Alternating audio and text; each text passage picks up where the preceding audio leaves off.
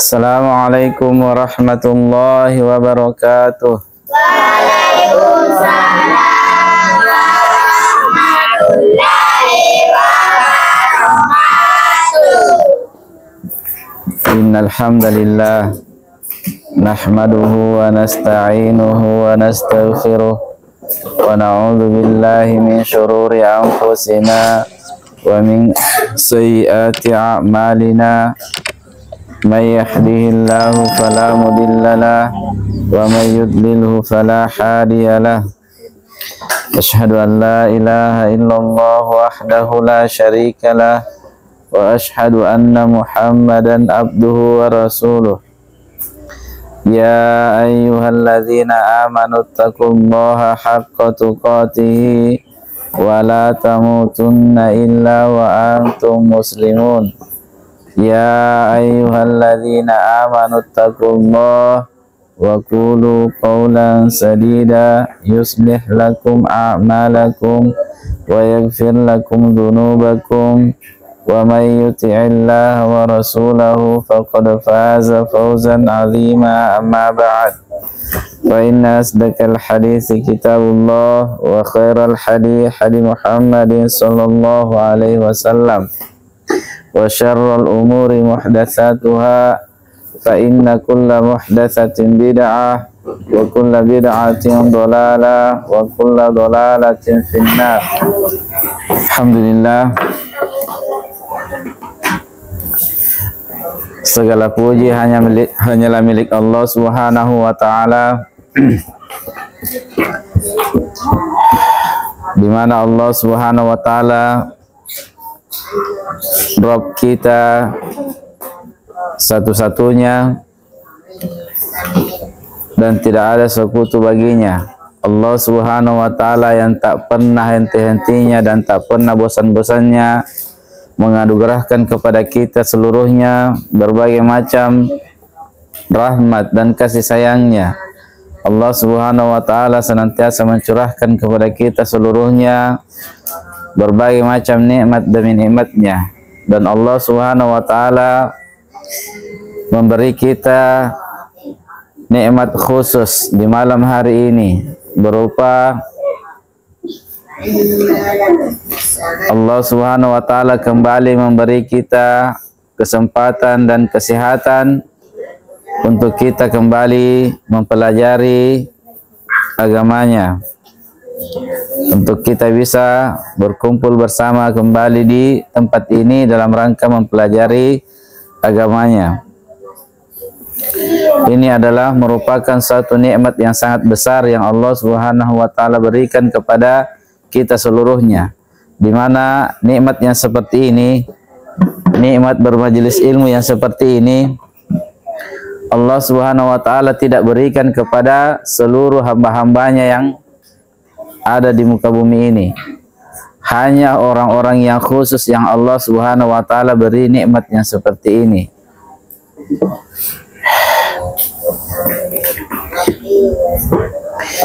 Baiklah adik-adikku sekalian, kita akan melanjutkan kembali pelajaran kita, yakni pelajaran sirah nabawiyah, kisah perjalanan Nabi Sallallahu Alaihi Wasallam yang begitu indah, yang teramat indah, yang dimana tidak ada seorang pun yang mencontoh dari perjalanan hidupnya Nabi Sallallahu Alaihi Wasallam, dari sunnah-sunnahnya Nabi Sallallahu Alaihi Wasallam. Tidak ada satu orang pun yang mencontohnya kecuali dia pasti mendapatkan keberuntungan, keselamatan.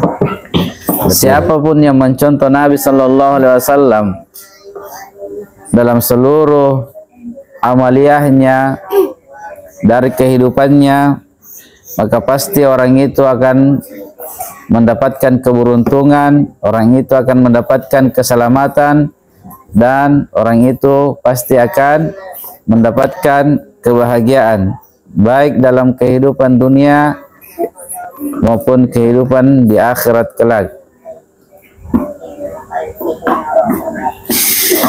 Telah kita sampaikan pada pertemuan yang sudah lalu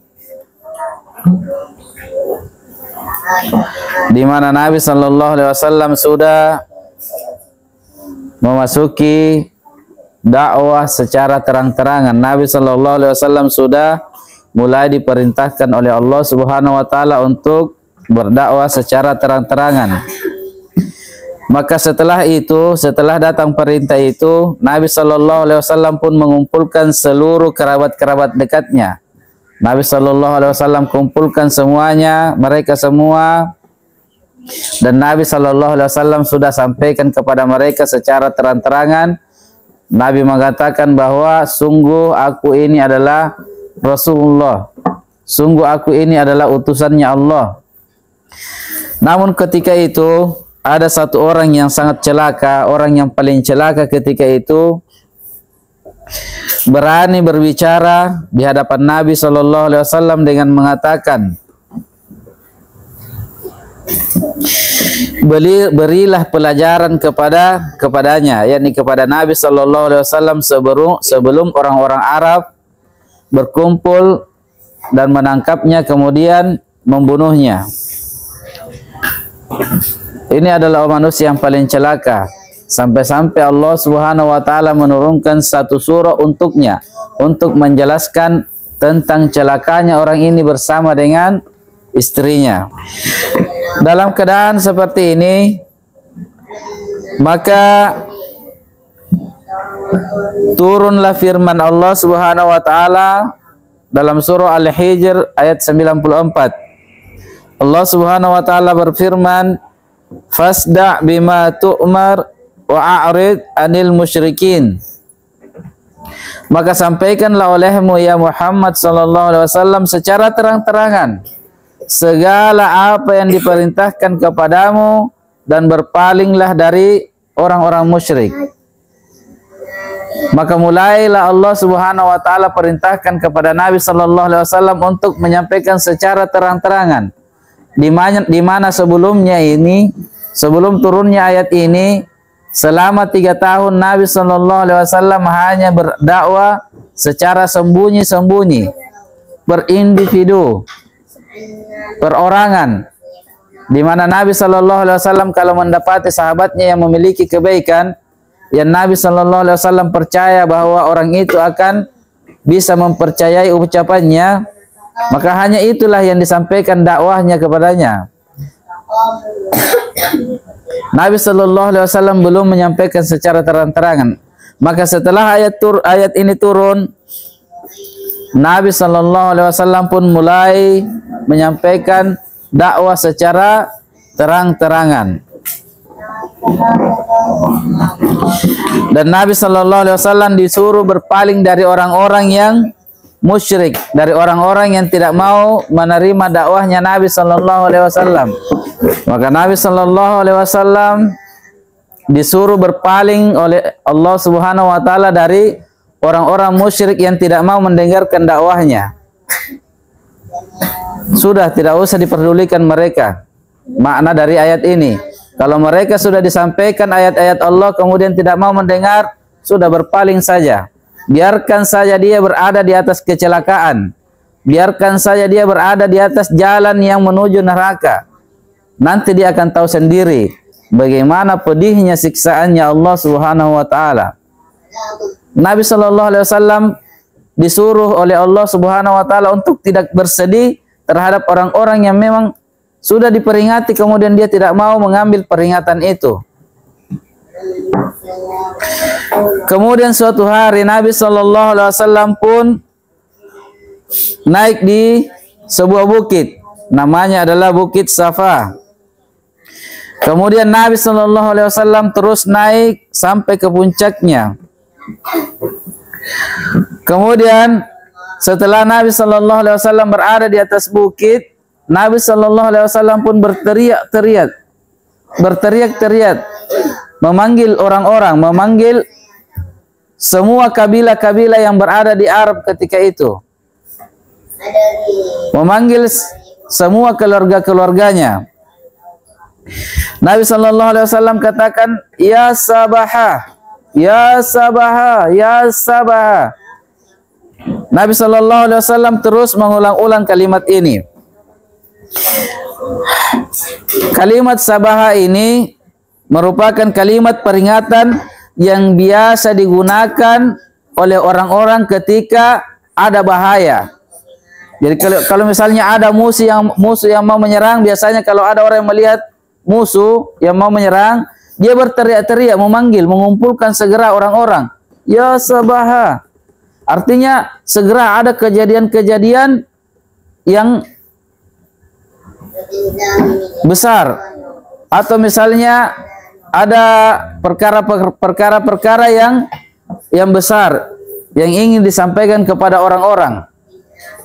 Biasa kalau kita di sini, kalau kita di Indonesia, kalau misalnya malam ada pencuri, bukan orang berteriak-teriak, tapi ketok bambu, katok-katok, tok, supaya orang segera berkumpul. Ini menandakan ada bahaya. Ini menandakan ada sesuatu yang segera dicegah. Jadi Nabi berteriak-teriak dengan kalimat ya sabah, menunjukkan ada bahaya. Ada musuh yang akan datang menyerang. Kemudian Nabi SAW setelah berteriak seperti itu, Nabi mulai memanggil kabilah-kabilah cabang dari Quraisy dan menyebut mereka dari kabilah per kabilah. Nabi SAW panggil, wahai Bani Fir, wahai Bani Fulan, wahai Bani wahai Bani Abdul Manaf, wahai Bani Abdul Muttalib. Nabi panggil seluruh dari cabang kabilah-kabilah.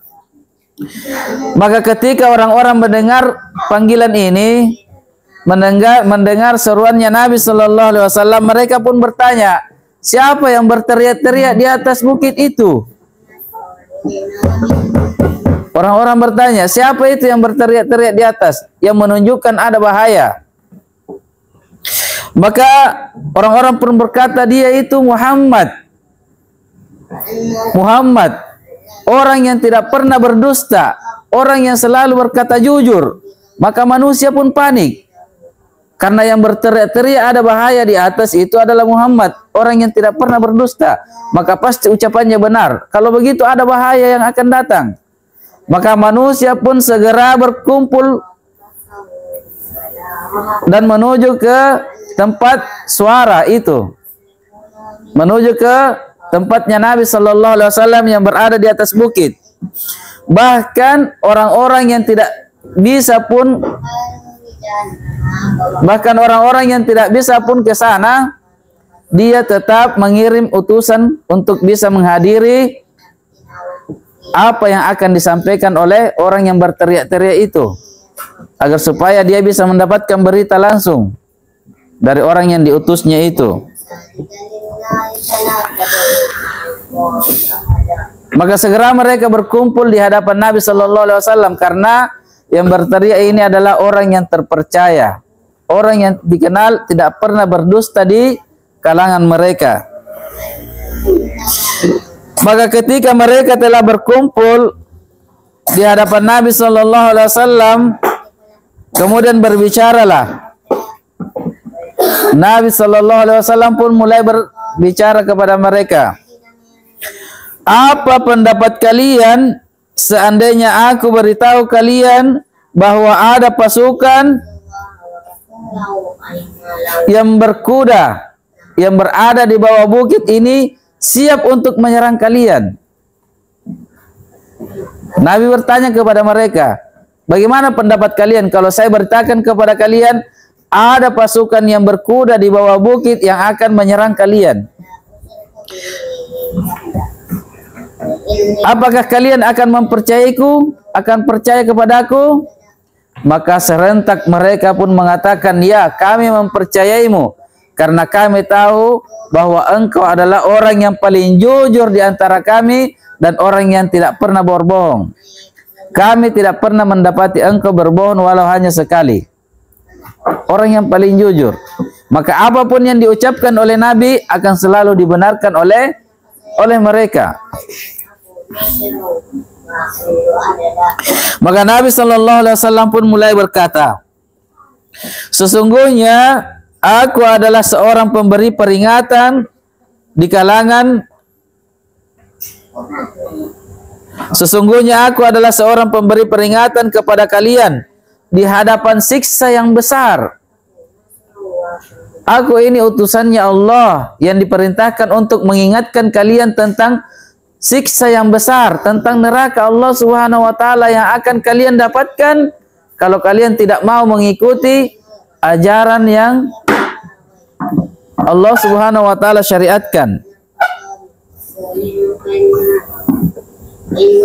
Kemudian Nabi katakan, permisalanku dengan kalian hanyalah seperti seorang yang melihat pasukan musuh kemudian bergegas untuk mengawasi keluarganya, yaitu mengamati dan melihat mereka dari tempat yang tinggi agar mereka tidak didatangi oleh musuh secara tiba-tiba, karena ia khawatir musuh akan mendahuluinya. Maka ia pun berseru, ya sabahah, ya sabahah.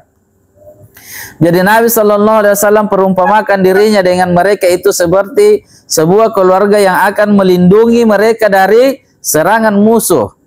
Maka Nabi SAW segera berteriak dari ancaman besar ini. Namun Nabi SAW mengawasi mereka, mengawasi seluruh keluarga-keluarganya, seluruh orang-orang Arab ketika itu, seluruh para sahabatnya Nabi SAW. Nabi mengawasi mereka bukan dari serangan musuh yang nyata, namun Nabi SAW memperingatkan kepada mereka akan bahaya yang lebih besar dari musuh. Bahaya ini lebih besar, di mana kalau bahaya ini menimpa mereka, mereka akan binasa selama-lamanya, yaitu neraka. Kalau mereka tidak mau berhenti dari penyembahan kepada berhala, kalau mereka tidak mau berhenti dari kekafiran, dari dosa demi dosa yang mereka lakukan, maka ada neraka yang mengancam mereka. Dan neraka itu ancamannya lebih besar dari sekedar musuh-musuh yang ada di dunia. Sehebat-hebatnya musuh, sekejam-kejamnya mereka dalam menyiksa, mereka tidak akan bisa menyamai siksaannya Allah Subhanahu wa taala di neraka. Tidak akan bisa menyamai. Ini adalah ancaman yang terbesar yang Nabi SAW peringatkan kepada kaum musyrikin ketika itu. Kemudian Nabi SAW setelah mengingatkan mereka tentang siksa Allah Subhanahu wa taala ini, maka Nabi SAW pun mengajak mereka untuk berislam, mengajak mereka untuk bersaksi bahwa tidak ada sesembahan yang berhak disembah kecuali Allah Subhanahu wa taala dan bahwa Muhammad adalah utusan Allah. Maka Nabi SAW pun menjelaskan kepada mereka bahwa kalimat syahadat ini kalau mereka ucapkan, ini merupakan kalimat yang memiliki kekuatan yang sangat besar, kekuatan dunia dan keselamatan akhirat. Setelah itu Nabi SAW memperingatkan mereka agar mulai melakukan kewaspadaan, agar mereka bisa waspada dari siksa Allah Subhanahu wa taala apabila mereka tetap di atas kesyirikan. Kalau mereka tetap berkeras kepala tidak mau mengikuti Nabi sallallahu alaihi wasallam.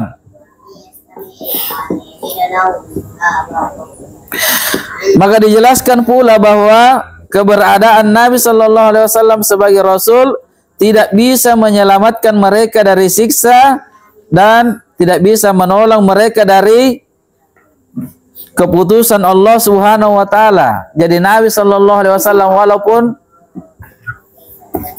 Nabi memiliki kedudukan yang sangat tinggi di sisi Allah Subhanahu wa taala, merupakan kekasihnya Allah Subhanahu wa taala, merupakan nabi dan rasul yang paling mulia, tetap Nabi SAW tidak bisa menolong mereka ini, tidak bisa menolong keluarganya ini kalau mereka masih berada di atas kesyirikan dan mati di atas kesyirikan.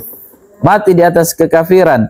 Bahkan ayahandanya Nabi sallallahu alaihi wasallam dan ibundanya yang mati di atas agama kesyirikan, Nabi sallallahu alaihi wasallam tidak bisa keluarkan dari neraka. Tidak bisa.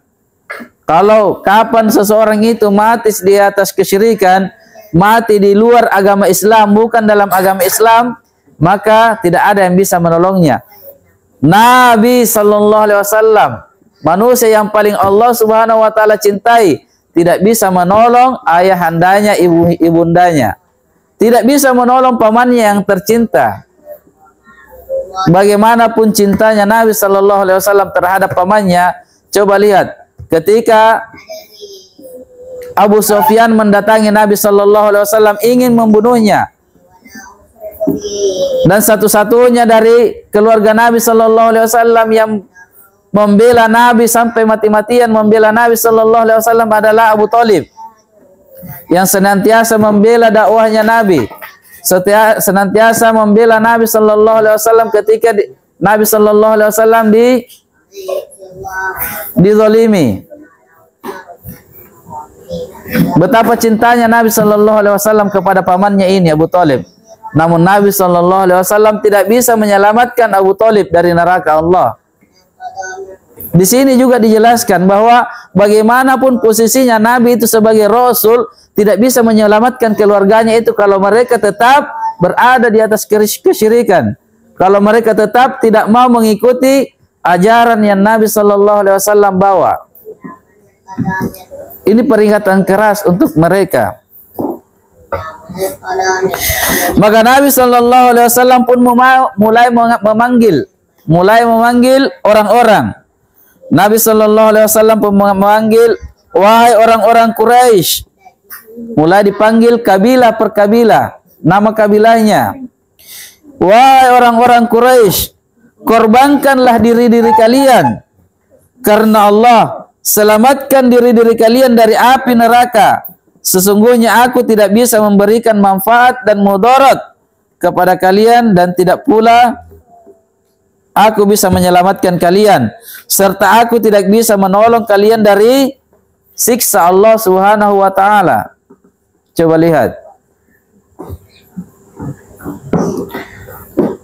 Kemudian Nabi sallallahu alaihi wasallam panggil kabilah per kabilah.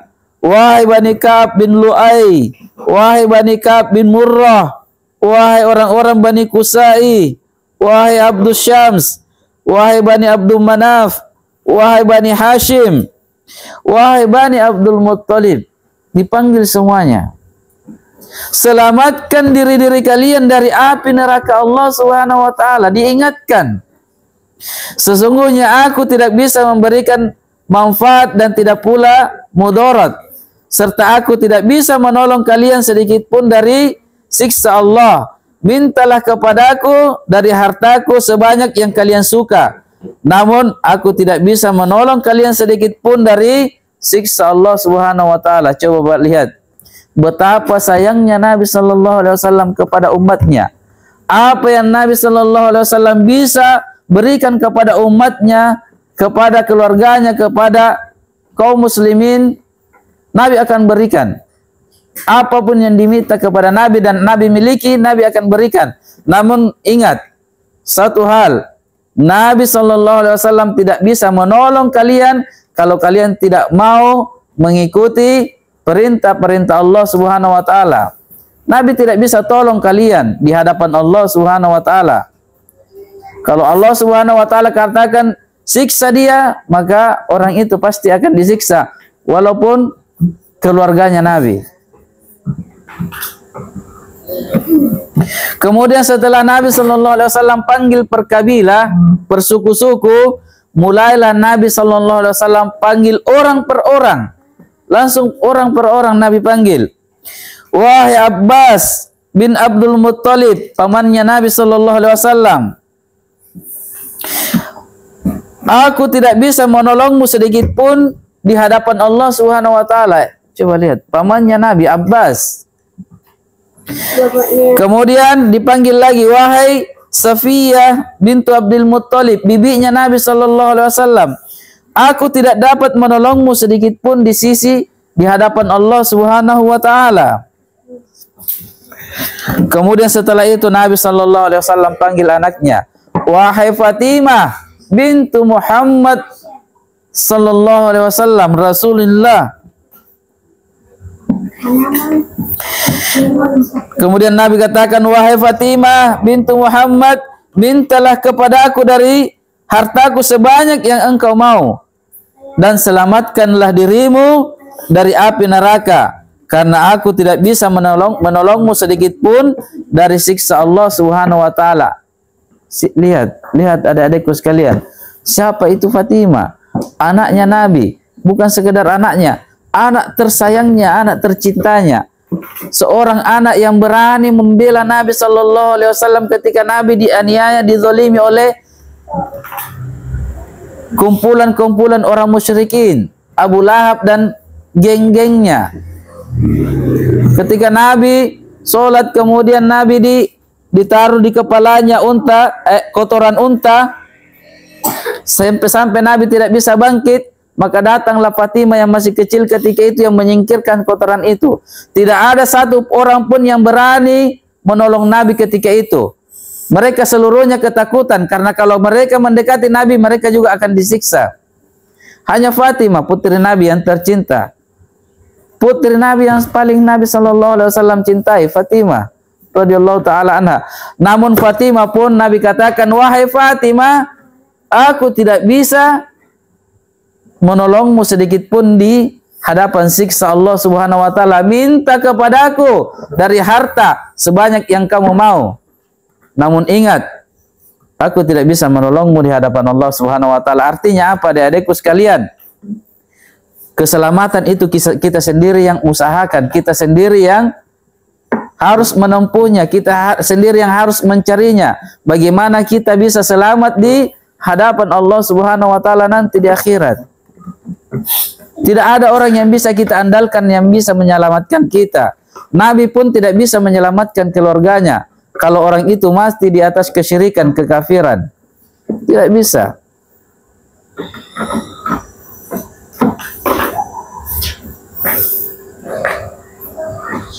Ini peringatan yang sangat keras dari Nabi sallallahu alaihi wasallam.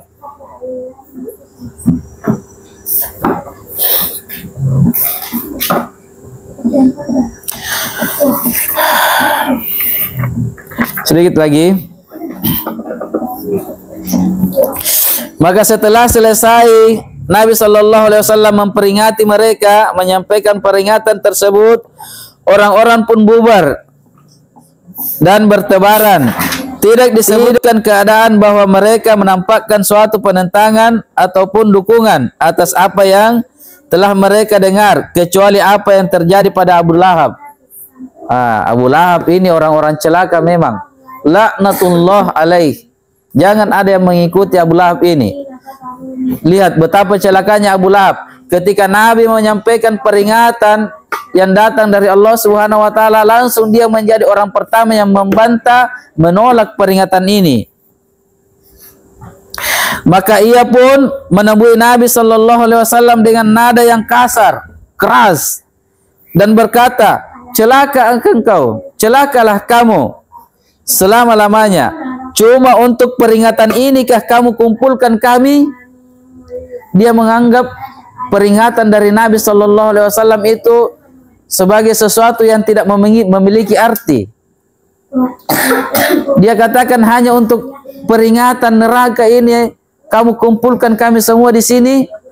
Maka setelah ini turunlah surah khusus untuknya, khusus menjelaskan tentang celakanya dia di dunia dan di akhirat, dan dia akan berada di dalam kekekalan kecelakaan itu. Celaka, kekal di dalam celaka. Allah Subhanahu wa taala berfirman, "Tabbat yada abi lahab wa tabb." Telah celaka kedua tangan Abu Lahab dan dia pun celaka, sampai akhir ayat, dan dijelaskan istrinya pun ikut celaka karena ikut-ikutan.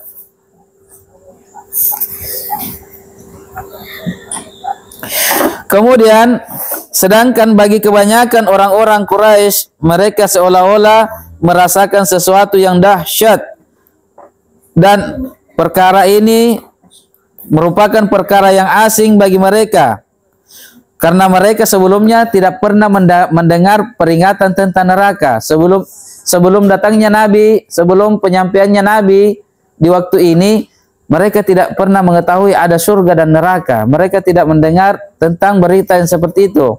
Jadi mereka menganggap berita yang Nabi sampaikan ini adalah sesuatu yang asing, sesuatu yang baru bagi mereka.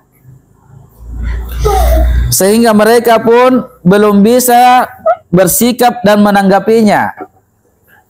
Mereka belum bisa membenarkan Nabi dan belum bisa juga secara mutlak menolaknya ketika itu. Akan tetapi ketika sekembalinya mereka ke rumah mereka masing-masing, setelah reda jiwanya, mulailah mereka tersadar dari perasaan yang dahsyat yang baru mereka dapatkan. Dan setelah mereka merasa tenang, mereka pun mulai dijangkiti oleh perasaan congkak dan sombong. Hati mereka mulai menampakkan kecongkakan dan kesombongan. Mereka mulai memandang rendah dakwah serta mengejek-ngejek Nabi sallallahu alaihi wasallam. Apabila Nabi sallallahu alaihi wasallam lewat di hadapan tokoh-tokoh mereka, mereka mulai mengolok-olok Nabi sallallahu alaihi wasallam, mencerca Nabi, seraya mereka mengatakan, "Inikah orang yang diutus oleh Allah sebagai rasul? Inikah keturunannya Abu Kabisyah yang berbicara sesuatu dari langit?" Dan banyak lagi cercaan-cercaan yang mereka cercakan kepada Nabi sallallahu alaihi wasallam. Kadang mereka juga mengatakan Nabi adalah orang gila. Kadang mereka juga mengatakan Nabi adalah penyair, penyihir, dan banyak lagi kecercaan-cercaan yang mereka lontarkan kepada Nabi sallallahu alaihi wasallam. Namun Nabi sallallahu alaihi wasallam tidaklah berputus asa terhadap perlakuan mereka. Semakin Nabi sallallahu alaihi wasallam dicerca, maka Nabi sallallahu alaihi wasallam pun semakin gencar melancarkan dakwah Nabi sallallahu alaihi wasallam secara terang-terangan. Nabi sallallahu alaihi wasallam terus melancarkan dakwah dan mulai terang-terangan dalam menyampaikannya, baik dalam pertemuan maupun perkumpulan mereka. Nabi sallallahu alaihi wasallam membaca Al-Qur'an dan mengajak mereka kepada apa yang telah didakwahkan olehnya. Allah Subhanahu wa taala berfirman dalam surah Al-A'raf ayat 59, "Faqala ya qaumi ibudullah ma lakum min ilahin ghairuh." Nabi sallallahu alaihi wasallam, Allah Subhanahu wa taala katakan, "Wahai kaumku, sembahlah Allah. Tidak ada sesembahan bagi kalian selain Allah Subhanahu wa taala." Nabi sallallahu alaihi wasallam terus mengajak mereka, dan kalimat ini, ajakan ini bukan hanya ajakannya Nabi sallallahu alaihi wasallam. Ini adalah kalimat ajakan untuk seluruh nabi-nabi dan Rasulullah Subhanahu wa taala yang terdahulu. Mereka senantiasa mengajak kaumnya, "Wahai kaumku, sembahlah Allah. Tidak ada Tuhan untuk kalian selain Allah Subhanahu wa taala." Kemudian Nabi sallallahu alaihi wasallam pun mulai beribadah kepada Allah Subhanahu wa taala di depan mata-mata mereka. Mulai Nabi sallallahu alaihi wasallam tampakkan tata cara salatnya. Mulai Nabi sallallahu alaihi wasallam tampakkan bagaimana Nabi sallallahu alaihi wasallam melaksanakan salat di hadapan mereka, yang sebelumnya Nabi sallallahu alaihi wasallam salat sembunyi-sembunyi. Maka perlahan dakwah Nabi sallallahu alaihi wasallam mulai pun mendapatkan sambutan, hingga masuk Islamlah sejumlah orang satu persatu. Mulailah antara kaum muslimin dan keluarga-keluarga mereka yang belum berislam timbul perasaan benci dan ada permusuhan. Mulailah dakwah Nabi sallallahu alaihi wasallam berkembang dan mulai diikuti oleh beberapa orang.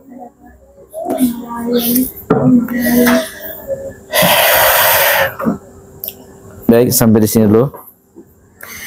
Subhanallah wa bihamdik, asyhadu an la ilaha illa anta, astaghfiruka wa atubu ilaik. Assalamualaikum warahmatullahi wabarakatuh.